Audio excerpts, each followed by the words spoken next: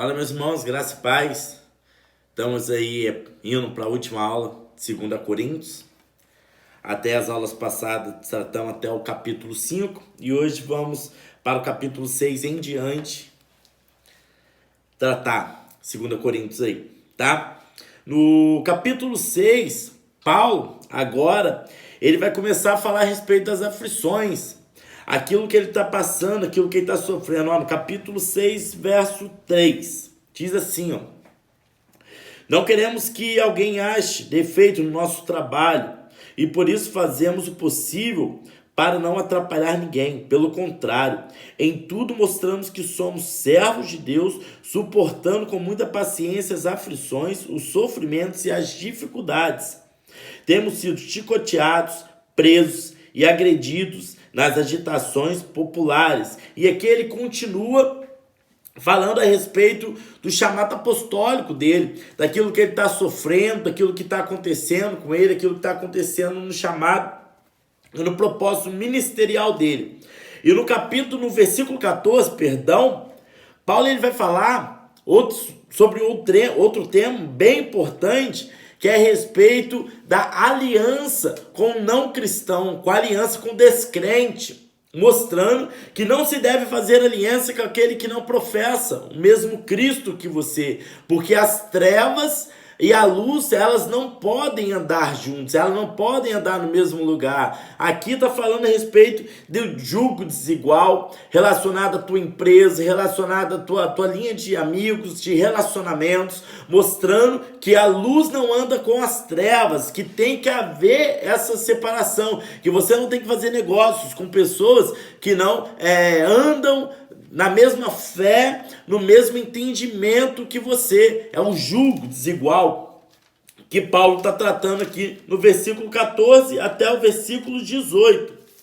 No capítulo 7, Paulo ele já vai estar tratando e falando a respeito da tristeza que gera arrependimento. Quando nós estudamos a respeito do arrependimento, nós sabemos que há 3 fases do arrependimento. Primeiro, compreensão intelectual. Segundo, emocional. E terceiro, decisivo. Ou seja, primeiro, eu tenho uma compreensão intelectual do pecado que eu estou cometendo, daquilo que eu estou fazendo e que foge do padrão moral de Deus. A igreja de Coríntios, ela estava vivendo de uma forma totalmente errônea, totalmente errada. Quando Paulo escreve para elas, aquela carta que ele escreve cai para eles com bastante tristeza. Por quê?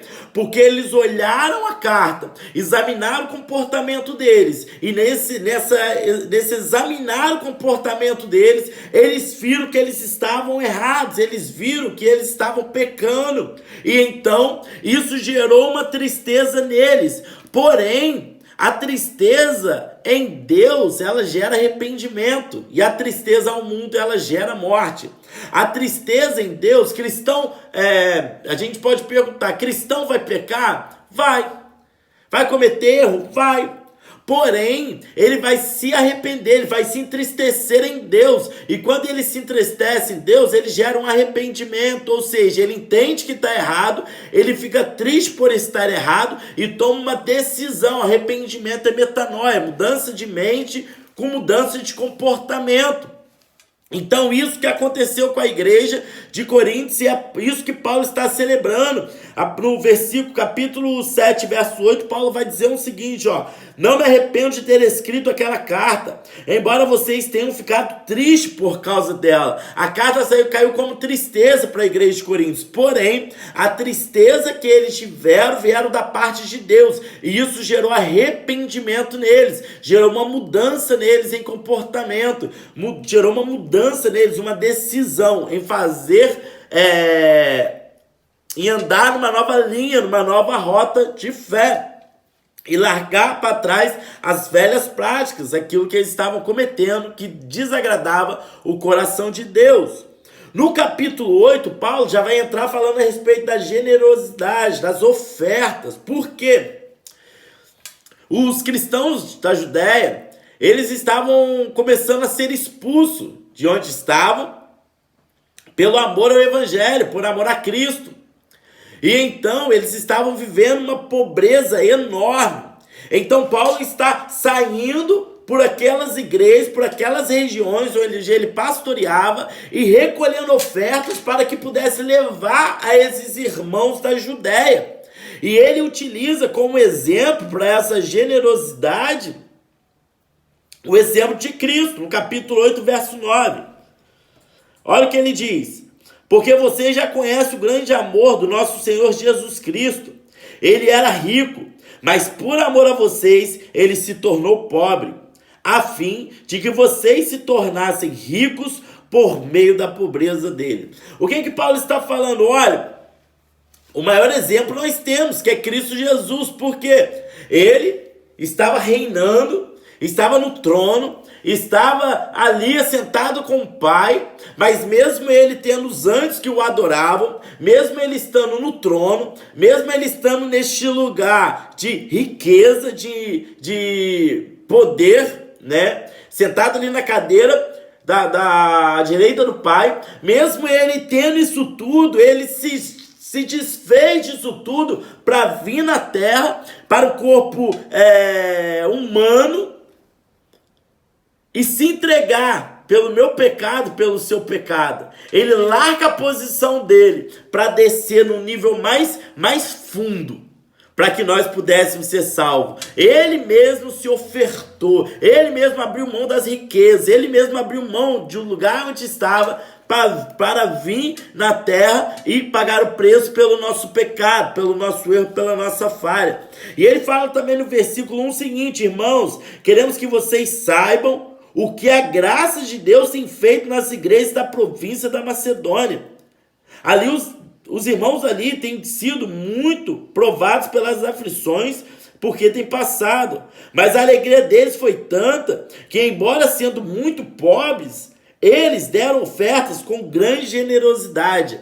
O que Paulo está dizendo aqui é que os irmãos da Macedônia ofertaram de uma forma sobrenatural para os irmãos da Judéia, mas isso tudo só foi possível pela graça de Deus. Ele fala no versículo 1: irmãos, queremos que vocês saibam o que a graça de Deus tem feito. Ou seja, entenda essa questão de oferta.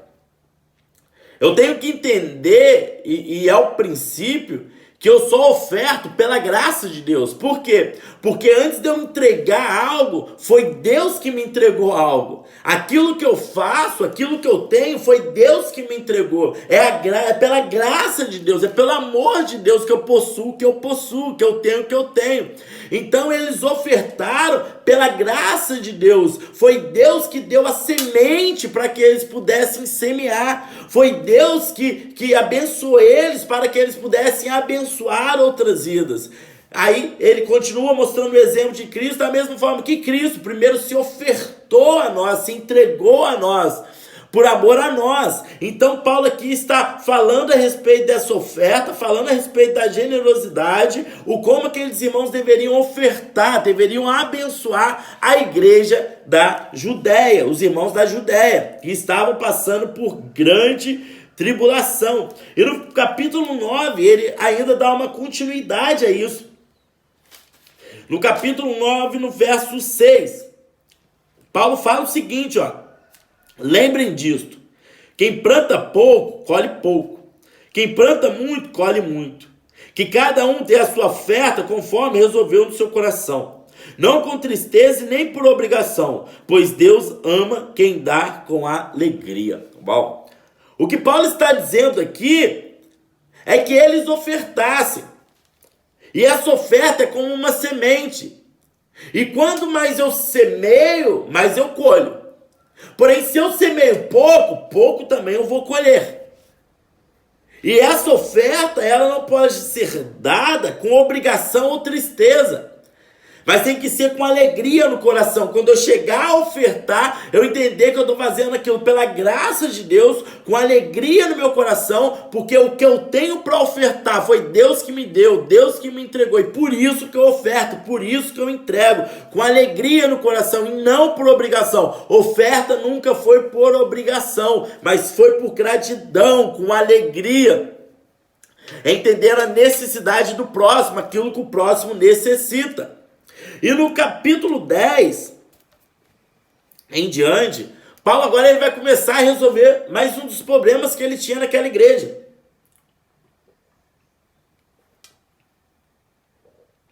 Que é a questão da autoridade apostólica de Paulo. Como eu falei nas aulas anteriores, a igreja ali em Corinto estava sendo invadida por falsos apóstolos. E apóstolo Paulo, no capítulo 10, 11 e 12, ele vai defender o seu chamado apostólico. E ele vai no capítulo 10, verso 18, ele vai dizer isso aqui, ó. Pois a pessoa só é aprovada quando o Senhor a aprova, e não quando é aprovada por si mesmo. O que Paulo está dizendo aqui? Ele vai começar a entrar numa linha que ele não gosta, aonde ele vai começar a mostrar quem ele é, aquilo que ele é e o chamado de Deus na vida dele. Ele vai começar a mostrar o quanto ele é digno de ser chamado apóstolo, e vai mostrar também a forma que ele em si não foi peso algum para a igreja, e nem trabalhou ou pregou interessado em algo da igreja, mas tudo que ele fez foi por amor àquela igreja. Entenda que os outros apóstolos que estavam indo lá, e a igreja de Corinto estava até acolhendo esses apóstolos, eles estavam interessados apenas em benefícios próprios, em ganhos pessoais, em enriquecimento, não muito diferente do dia de hoje, mas esse era o interesse deles. Olha o que Paulo fala no capítulo 11, no versículo 7. Quando anunciei a vocês a boa notícia de Deus, fiz isso completamente de graça. Eu me humilhei para engrandecer vocês. Será que houve algum mal nisso? Enquanto estive trabalhando entre vocês, fui pago por outras igrejas. Por assim dizer, eu estava roubando delas para ajudar vocês. E durante o tempo em que estive com vocês, quando precisava de alguma coisa, não incomodava ninguém. Pois os irmãos que vieram da Macedônia me trouxeram tudo que eu precisava. O que aconteceu no passado e acontecerá no futuro é isso. Eu nunca exigirei que vocês me ajudem. Pela verdade de Cristo, a qual está em mim, eu garanto que ninguém em nenhum lugar na Acaia tirará de mim esse orgulho de anunciar o evangelho sem cobrar nada. Por que estou dizendo isso? Será que é porque não amo vocês? Deus sabe que os amo. Paulo está mostrando, está falando aqui que quando ele esteve ali, ele não cobrou nada. Ele jamais pegou algo dos irmãos de Corinto para anunciar o evangelho, para anunciar a palavra do Senhor, diferentemente daqueles falsos apóstolos, diferentemente daqueles falsos cristãos, falsos homens que estavam apenas arrancando a lã das ovelhas, estavam apenas buscando benefícios próprios e pregando um evangelho que não era de Cristo, não era o evangelho da salvação, não era o evangelho da reconciliação em Cristo Jesus. E Paulo ainda falando a respeito daquilo que ele era, no versículo 16, capítulo 11, verso 16, ele vai começar a falar do sofrimento que ele estava passando, do sofrimento como apóstolo. E no capítulo 12 ele vai um pouco além, porque ele vai começar a falar a respeito da revelação que ele teve, quando ele teve até o terceiro céu. E ele não sabe se foi em corpo ou fora de corpo, mas foi real aquilo que ele passou, aonde ele recebeu visões, recebeu palavras que não cabe ao homem falar. Só que ele vai falar também no versículo 7, que junto com essas visões, essas revelações, veio um espinho na carne. E esse espinho na carne não veio de Satanás, não veio do diabo, mas da própria parte do Senhor, porque tinha um propósito esse espinho da carne. Depois que ele começa a falar e dizer tudo aquilo que Deus permitiu ele viver, tudo aquilo que Deus permitiu ele fazer, Paulo ele vai dizer que depois dessa revelação toda, Deus coloca um espinho na carne. E esse espinho na carne, ele tinha um propósito. O propósito era para que ele não fosse soberbo. Para que a soberba não entrasse no coração dele. Porque quando nós começamos a ver a lista daquilo que Paulo era, a qualidade do teu chamado, do teu ministério, você vê que é um fio muito fino a se arrebentar para ele ir para um lado de soberba. Mas ele diz que não, de forma proposital, Deus colocou um espinho na carne, aonde Satanás, né, ele fala no versículo 7, mas para que não ficasse orgulhoso demais por causa das coisas maravilhosas que vi, eu recebi um espinho na carne. Ela veio como mensageiro de Satanás, para dar bofetada e impedir que eu ficasse orgulhoso. Ou seja, aquilo, o espinho na carne de Paulo tinha um propósito. Eu creio, isso é uma visão minha, um pensamento meu, que todos têm um espinho na carne. São coisas de forma proposital que o Senhor permite na vida para um propósito específico. Porque Paulo fala que quando ele mais ficava fraco, porque o espinho na carne mostrava para Paulo o quanto ele, apesar de ele ter tido todas aquelas visões, todas aquelas revelações, o como ele era fraco, o quanto ele era humano, o quanto ele ainda estava preso à sua natureza depravada. E então, quanto mais ele se sentia fraco, era mais que o poder de Deus crescia dentro dele. Era maior ainda a força de Deus que vinha nele. Por isso que ele fala, eu me alegro também com as fraquezas, no 9. Mas ele me respondeu, a minha graça é tudo que você precisa, pois o meu poder é mais forte quando você está fraco. Portanto, eu me sinto muito feliz em me gabar das minhas fraquezas, para que assim a proteção do poder de Cristo seja comigo. Eu me alegro também com as fraquezas, os insultos, os sofrimentos, as perseguições, as dificuldades pelos quais passo por causa de Cristo. Porque quando perco toda a minha força, então tenho a força de Cristo em mim. Uau! Paulo diz que quanto mais ele estava fraco, quanto mais ele entendia que ele era um pecador, que ele estava ligado à sua natureza depravada, ele via a força de Deus. Ele olhava e via que ele não era merecedor de nada, mas Deus era merecedor de tudo. Ele viu o quanto ele era fraco, mas o quanto Deus era forte na vida dele. Então, mesmo Paulo tendo passado por isso tudo que ele tinha, por ele ter ser gabaritado em vários quesitos da vida dele, religiosa, dele como um fariseu, agora dele como um pregador do Evangelho de Cristo, ele não se vangloriava, ele não andava orgulhoso, porque quando ele ainda pensava em ser orgulhoso, o espinho da carne estava ali, para mostrar que ele era fraco, para mostrar que ele era depravado, e o quanto ele carecia e precisa da misericórdia do Senhor. O que nós precisamos muitas das vezes é isso, é entender que nós não somos nada, que nós somos depravados, que nós somos pecadores, como Paulo mesmo diz em Romanos capítulo 3, não há um justo sequer, todos os pecados são desconstituídos da glória de Deus. Não há quem faça o bem, não há um só. Então essa é a nossa natureza, é isso que nós somos. Porém, quando olhamos para a cruz de Cristo, nós vemos o grande amor que Ele nos amou, o quanto Ele se entregou por nós naquela cruz, nos reconciliando com o Pai e nos fazendo forte, nos fazendo nascer, não mais da carne, mas em espírito, trazendo sobre nós essa força do Pai. E no capítulo 13, ele vai encerrar com os últimos conselhos para aquela igreja. Porém, a igreja de Coríntios, né, ela é uma igreja que vivia ainda muito nas brigas, muitos problemas ainda nelas. E Paulo, no capítulo 13, verso 5, ele vai falar assim, examinem-se para descobrir se vocês estão firmes na fé. Com certeza vocês sabem que Cristo Jesus está unido com vocês, a não ser que vocês tenham falhado completamente. O que Paulo está dizendo aqui é para que eles pudessem examinar o coração deles, examinar a vida deles, para ver se realmente eles estavam vivendo uma vida correta com o Senhor. Porque havia muita briga ainda, havia muita contenda ainda dentro daquela igreja, muita picuinha, né? Vamos colocar assim.